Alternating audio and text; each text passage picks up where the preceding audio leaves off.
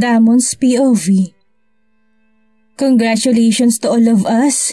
We gain 1 billion interest share for this month only. Natutuwang anunsyo ko sa board na siyang kinatawa nilang lahat. And that's also because sa malaking perang pinasok ni Miss Bianca Turner sa kumpanyang ito, Mr. Helgon. Sambit ni Mr. Cooley, isa sa member ng board. Binalingan ng lahat ang nakangiting si Bianca and congratulated her. Sadyang napakalayo ng inabot ng ininvest niyang 100 million. And I can't deny that her investment was really a huge help. Mapukol ang tingin niyang nasumulyap sa akin, but I prefer not to get distracted. Marami pa akong diniscuss sa member ng board bago kami natapos. I told you, ako talagang pampaswerte mo, Damon. Nangaakit na sambit ni Bianca while caressing my back. Nagpaiwan na naman siya dito sa conference room para akitin at landiin ako. This is not new. Hindi ko na mabilang kung ilang beses niya nang ginawa ito. But I'm proud to say na hanggang business lang ang lahat sa amin because I cannot give her the relationship she wanted to have. She even followed me here. Sa loob na 1 taon, pabalik-balik siya rito sa Pilipinas. Baka sakali daw magbagong isip ko. Ngunit hanggang ngayon, there's nothing special pa rin. Miss Turner, the meeting has ended. Can you excuse for now? I have a lot of things to do. Pagpapalusot na turan ko but still in nice tone. I don't want her to get offended, but at the same time, kailangan ko naman siyang iwasan. Umangat ang sulok ng labi niya at dismayadong napailing. Fine, Mr. Helgon. But put this on your mind. Bibigay ka rin sa akin pagdating ng panahon. Nasimulan ko na ito at hindi ako makakapayag na basta na lamang sumuko ng walang napapala. May laman na salaysay niya bago lumabas sa conference room. Napailing na lang akong napaupo sa swivel chair ko dahil malabong sinasabi niya, napakalabo. Mahigit 1 taon na nga ang nakalipas but here I am, still punishing myself. When I met Bianca in Los Angeles, hindi na siya tumigil sa pagpapapansin. She's flirting me, even made the first move para akitin ako. Kung tutuusin, she's beyond perfect. Her beautiful face and curves, plus her fame and wealth. Pero hindi ko pa rin magawang pumatol sa kanya kahit ibalandra pa nitong hubad na katawan sa harapan ko. And now I realize even more kung gaano na nagbagong pananaw ko sa buhay. I've changed a lot na kahit sarili ko, hindi ko nakilala. Napakalayo na sa dating Damon Lucif Helgon na mabangis at mapaglaro sa mga babae. At aaminin kong it gives me peace kahit papaano. But the sad reality, kahit pa man anong gawin kong positibong pagbabago sa sarili ko, hindi pa rin ito mababalik ang buhay ni Amanda. Hindi niya makikita lahat ng ito because she's really gone at hindi na kailanman babalik. Nasa malalim akong pag-iisip ng siya namang pagbukas ng pintuan. Dumako ang mga mata ko doon nang iluwa nito ang hindi mapakaling mukha ni Lourdes. Lourdes, may kailangan ka? Agad na tanong ko because she looks so confused. Mr. Helgon, yung babaeng kamukha ni Amanda, she's here. She wanted to talk to you. Nagtatakang tura niya na kinagulat ko. I know she's referring to Amelia. Ano naman kayang ginagawa ng babaeng yun dito? Ang huling balita ko sa kanya ay noong nakita siya ni Sora sa Los Angeles and she was pregnant too according to Sora.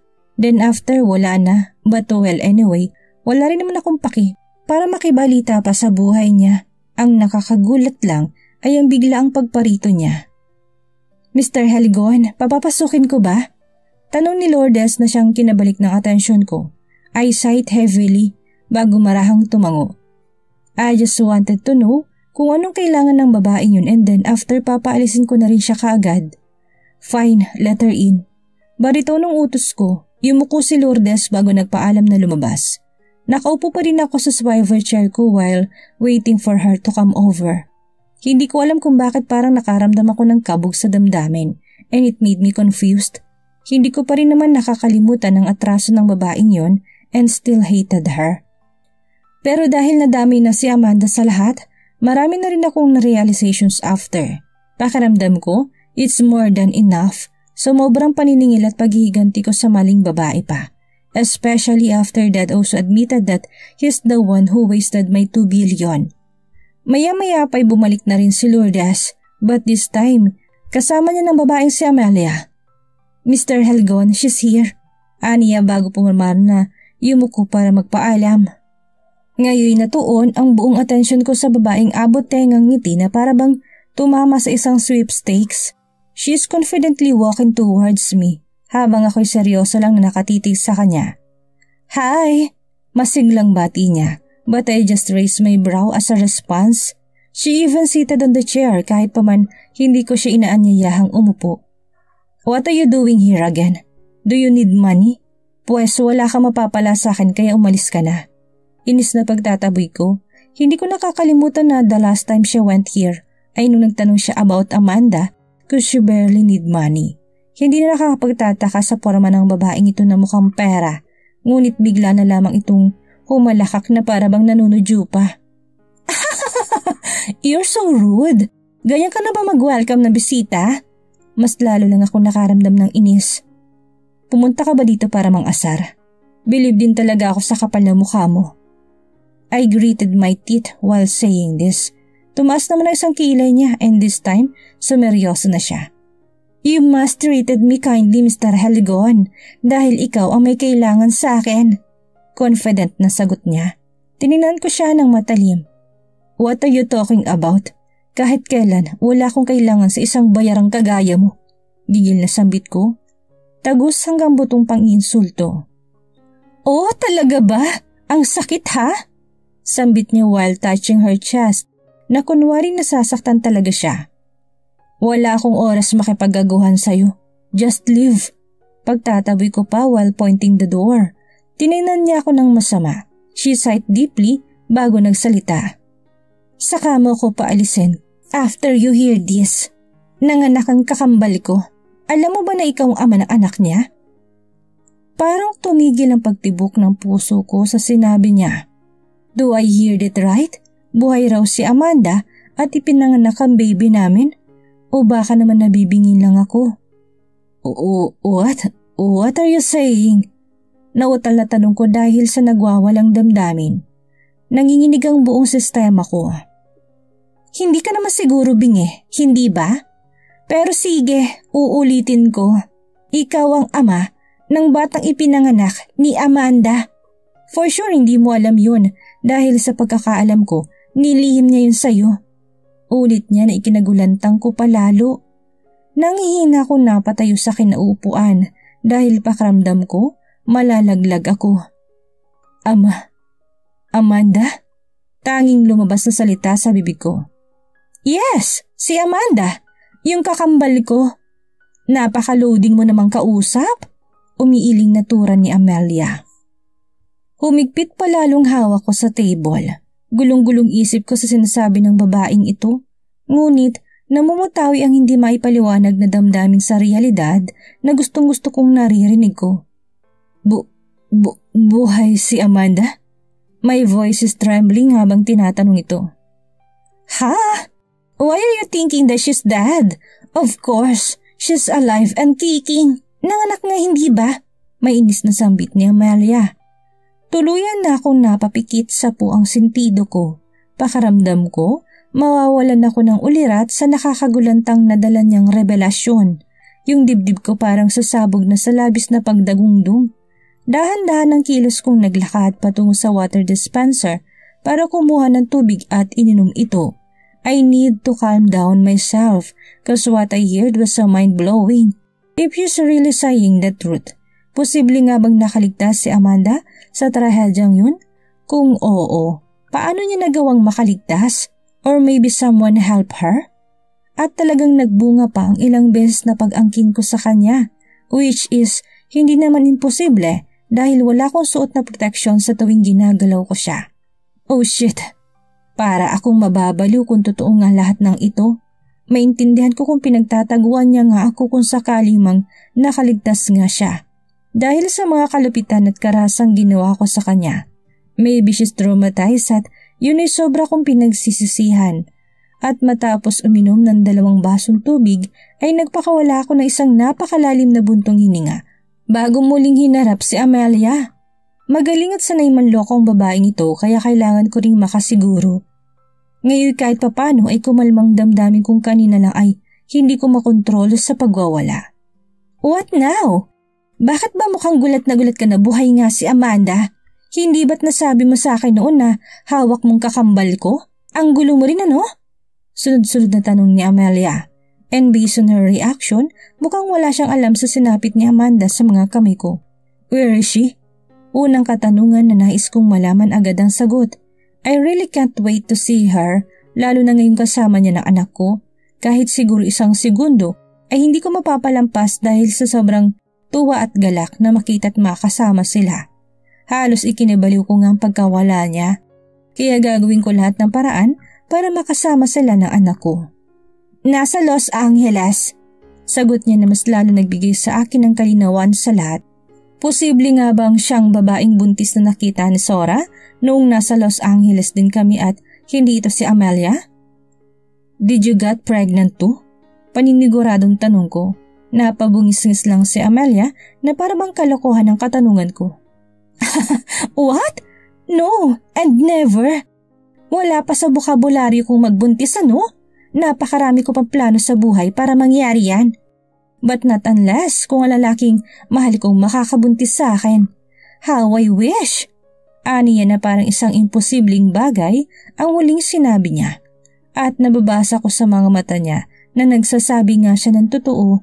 And her figure is still the same. Walang nagbago kaya mukhang hindi nga siya dumaan sa pagbubuntis. Kung ganoon, si Amanda ngang nakita ni Sora noon. Kilala ni Amanda si Sora kaya maaring nagpanggap siyang si Amelia para hindi makilala. Oh shit, I was so blind. Para akong tangang kakaisip sa kanya hoping na buhay siya pero pinagtataguan lang pala niya ako sa mahabang panahon. At ang sunod na sinabi ni Amelia ang mas lalong nagpagulantang sa akin ng sobra-sobra. And guess what? Inaako ni Zeus ang pagiging ama sa anak mo and they are going to marry very soon. That bastard! Nang dagalaiting sigaw ko kasabay ng pagkabasag ng bote ng alak na binato ko sa pader. Matapos kaming mag-usap ni Amelia kanina ay dumiretso agad ako sa bar ni Zeus. Nagtanong ako sa mga crew doon at nakumpirma kong bihira na nga lang daw pumuntang hayop na yun doon. So nagsasabi nga na totoo si Amelia. Kaya pala hindi ko na halos mahagilap ang gago dahil iba palang pinagkakaabalahan. Si Amanda pa talaga. Puta. Hanggang ngayon patuloy na nag-e-echo sa pandinig kong mga sinabi ni Amelia. Nagpupuyos ang damdamin ko sa galit na para bang wala akong ibang gustong gawin ngayon kung hindi basagin ang mukha ni Zeus. Ang lalaking halos tinuring ko ng kapatid na siyang pinagkatiwalaan ko sa lahat-lahat ng sekreto ko. Yun pala, tatraidorin niya lang ako. Hayop ka, Zeus. Hayop ka. Nangingit-ngit ako ng labis. Halos maubos ko na sa kakatapon lahat ng babasagin dito sa bahay pero hindi pa rin ito maibisan ng sakit na dulot ng katak-silang ginawa sa akin ng hayop na yun. Hindi ko akalaing nagawa niya akong traidorin. Kaya pala noon pa ay sobrang concern ng hayop na yun kay Amanda dahil may gusto pala talaga siya. Kinutuban na ako noon eh. Binaliwala ko lang dahil buong-buong tiwalang binigay ko sa kanya. Yun pala, I was wrong of trusting that jerk. So wrong. Gusto ko mang magbunyi dahil buhay si Amanda ay hindi ko magawa dahil namumutawi ang sakit. I am in so much pain right now. I felt so betrayed. At ang masaklap, tsak nakuha na ng hayop na Zeus na yun ang tiwala ni Amanda dahil magpapakasal pa nga ang dalawa. At may isang bagay pang lubhang kinakatakot ko na mangyari. Paano kung hindi lang ang tiwala ni Amanda ang nakuha ni Zeus kung hindi maging ang puso niya? No way. Pwes, hindi ako makakapayag. Kahit magkamatayan man kami, gagawin kong lahat mabawi lang si Amanda at anak ko sa kanya. Kaya naman, nang makipagkasundo si Amelia ay agad akong pumayag. Hindi ko akalain na darating ang pagkakataon na ito. Ang pagkakataong makipagkasundo sa akin ng babaeng hindi ko pa man nakikita noon sa personal ay kinamumuhian ko na ng labis dahil sa pagiging kerida nito sa ama ko. Ngunit kung nahabaan ko pang pride ko ay baka tuluyan nang mawala sa akin si Amanda at ang anak namin at hindi ko hahayaang mangyari yun. Lalo nang mapunta sila sa traidor na si Zeus. Sila lang mas mahalaga sa akin ngayon over my pride and ego. Halos buong gabi akong hindi nakatulog dahil sa gagawing plano namin ni Amalia. Kailangan ko magmadali dahil Ayon kay Amelia ay sa susunod na linggo na daw ang kasal ng dalawa. Time for me now is gold. Mahalagang pagtakbo ng bawat segundo. Kaya naman kinabukasan gamit ang aking private plane ay lumipad na rin ako patungong Los Angeles at ipinangako kong babalik na ako ng Pilipinas na kasamang mag-ina ko. I'll make sure of that. Amanda's POV. Good morning! Tumulong na ako kay Manang Rosa sa kusina. Kumain na tayo. Pagkalabas ko pa lang ng kwarto ay bumungad ka agad sa akin na masiglang mukha ni Amelia. May suot itong apron at medyo pawisan ng itsura na mukhang galing nga sa pagluluto. Agad akong napangitit marahang tumango. Ayaw ko nga siyang magtampo kaya kahit hindi pa naman ako nagugutom ay sumunod na ako sa kanya patungong dining table at umupo. She prepared a lot of dishes at pawang paborito ko pa lahat. Wow, ang dami naman na itong hinanda mo sis. Salamat. Masayang puri kong ikinangisi niya. Aba, syempre. Para naman matikman mo naman kung gaano ko kasarap magluto. Natatawang pagmamalaki niya kaya mas lumawak pang ngiti ko. Nang bumalik siya rito noong nakaraang araw, mula sa Pilipinas ay doon din nagsimula na maging maayos ang pakikitungo niya sa akin.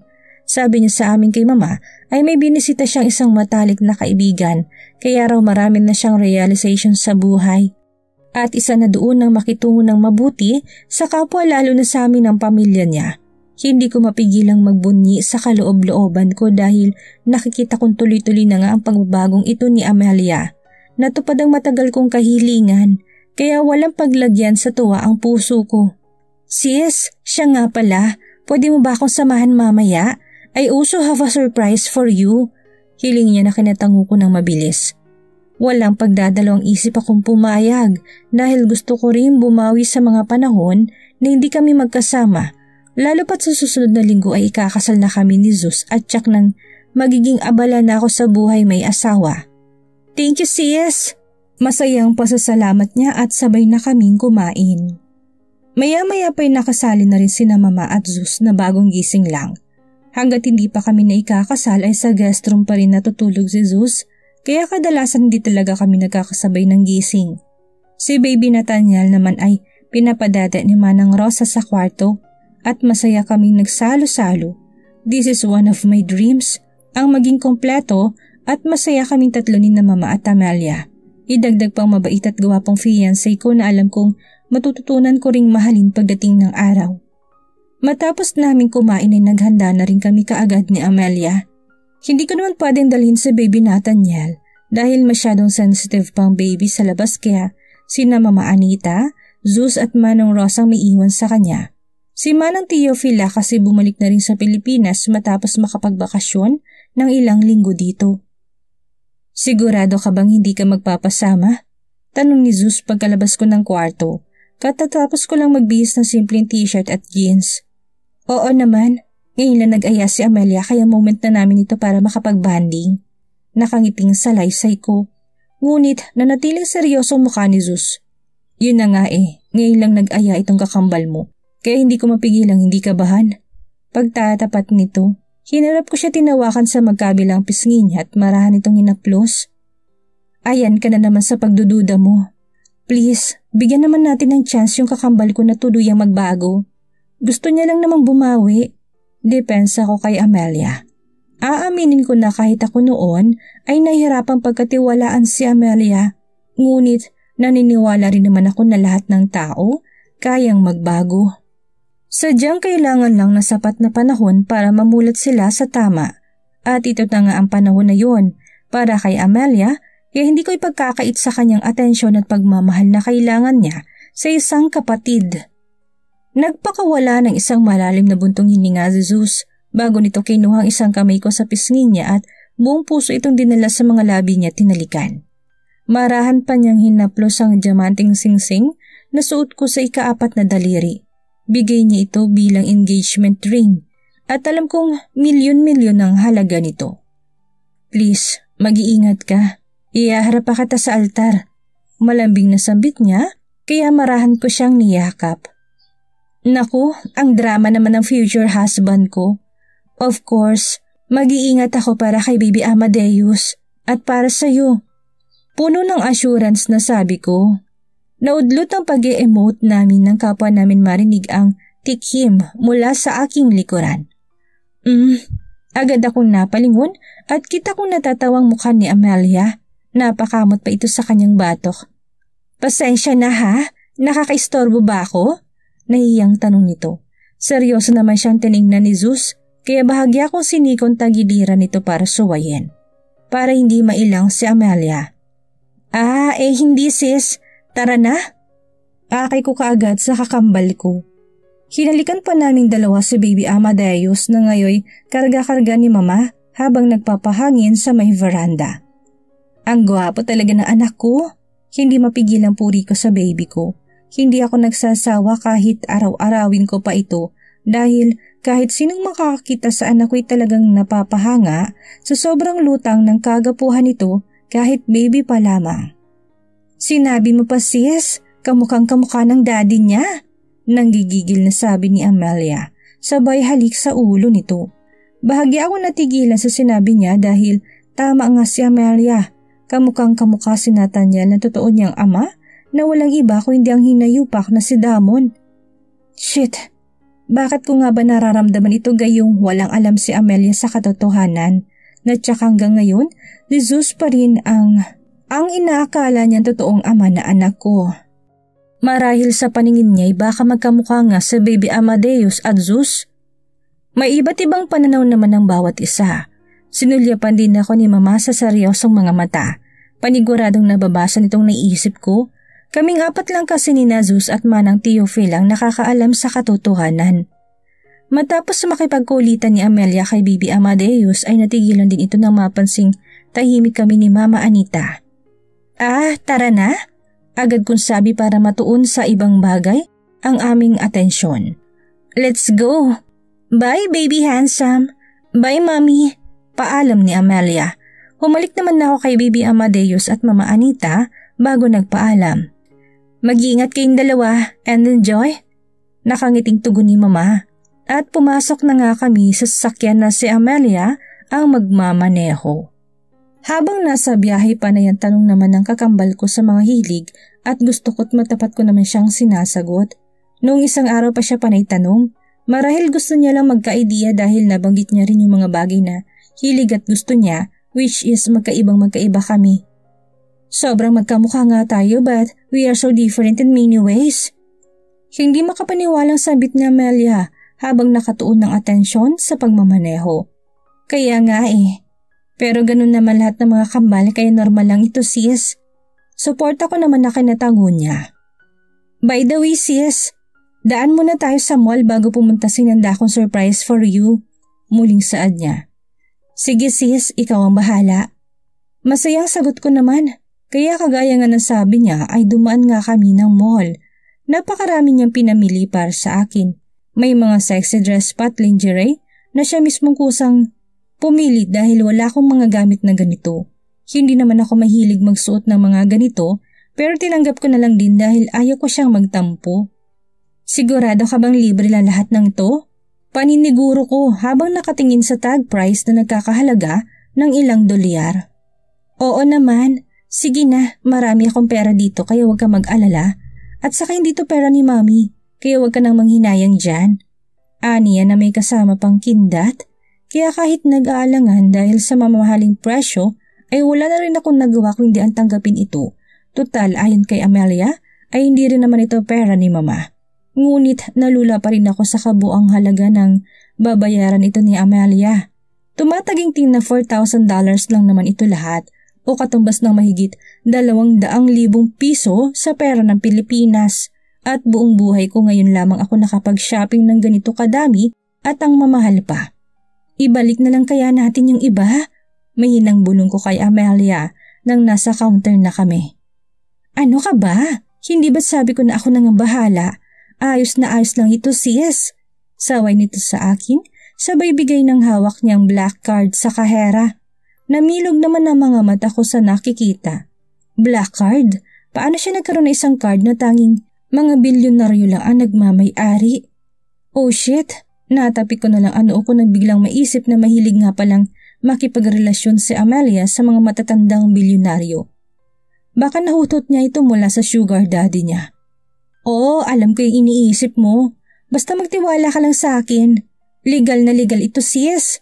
Puno ng assurance na sabi niya na parang nababasa nga ang iniisip ko. Tumango na lamang ako, tinaya na siya. Total hindi rin naman siya magpapapigil.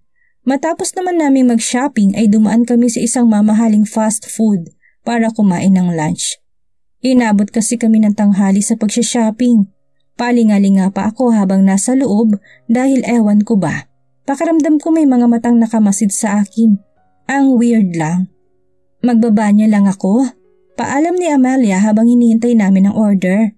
Napakamot pa ako na mapansing medyo tumagal ang pagbabanyo ni Amelia dahil naihanda na lang ang order namin na hindi pa siya nakakabalik.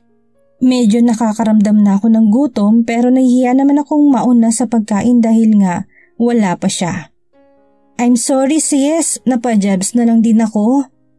Nakangisi yung paliwanag niya nang sa wakas ay natapos na rin siya. Natawa na lang din ako. Kaya naman pala natagalan, kaya kumain na rin kami. Nang matapos ay bumiyahe na rin kami kaagad para sa puntahang sinasabi niyang hinanda niyang surprise. Pinasot pa niya ako ng blindfold sa buong biyahe dahil surprise ang araw. Ano naman kaya itong pakulo mo sis? Natatawang sabi ko na lang. Basta, chill and relax ka lang dyan. Paniguradong magugustuhan mo to. Aniya, kaya isiniwalang bahala ko na lang ang nararamdaman ka ba lalo pat kahit papano'y nakukuha niya na rin ng tiwala ko. May nararamdaman din naman akong excitement na hindi ko maipaliwanag kaya hindi na rin ako makapaghintay. Ilang minuto pang lumipas ay napansin kong paghinto ng sasakyan. We're here! Masiglang tura ni Amelia at dahan-dahan akong inalalayan pababa ng sasakyan. Medyo mahaba-haba pang nilakad namin hanggang sa huminto kami. Pakikuha na lang na lahat ng mga pinamili naming gamit sa sasakyan.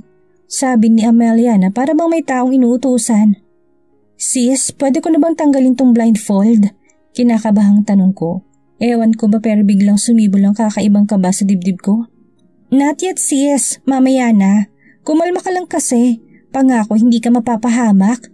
Paniniguro niya kaya huminga na lang ako ng malalim at sinunod ang nais niya. Maya-maya pa ay pansin kong paghiwalay niya sa akin at ramdam kong naglakad siya ng may ilang distansya. This is your black card. Wala akong ibang ginalaw dyan. Ginamit ko lang yan ayon sa nakaplano. Ingatan mo yung kakambal ko at akong bahala sa anak niyo. Bigla-bigla na lang tumindi ang kabang nararamdaman ko habang naririnig ang mga katagang ito sa bibig ni Amelia. Kaya sa labis na kuryosidad na sinamahan pa ng matinding bugso ng damdamin ay walang pagdadalawang isip kong hinubad ang suot na blindfold at halos matumba ako sa kinatatayuan ko nang makita ng aking dalawang mata ang lalaking mahigit 1 taon ko ring pinagtataguan. Ang lalaking kausap ngayon ni Amelia na walang iba kundi ang hayop na si Damon Lucif Helgon. Amelia, anong ibig sabihin nito? Bakit kasama mong hayop na yan? Ano kayang mangyayari sa muling pagkikita ni Damon at Amanda? Ano ang gagawin ni Damon ngayong abot kamay na niya si Amanda? Ano kayang planong gawin ni Amelia ngayong nagtagumpay siyang kunin si Amanda at ibalik kay Damon? Yan ang ating aalamin sa susunod nating kabanata.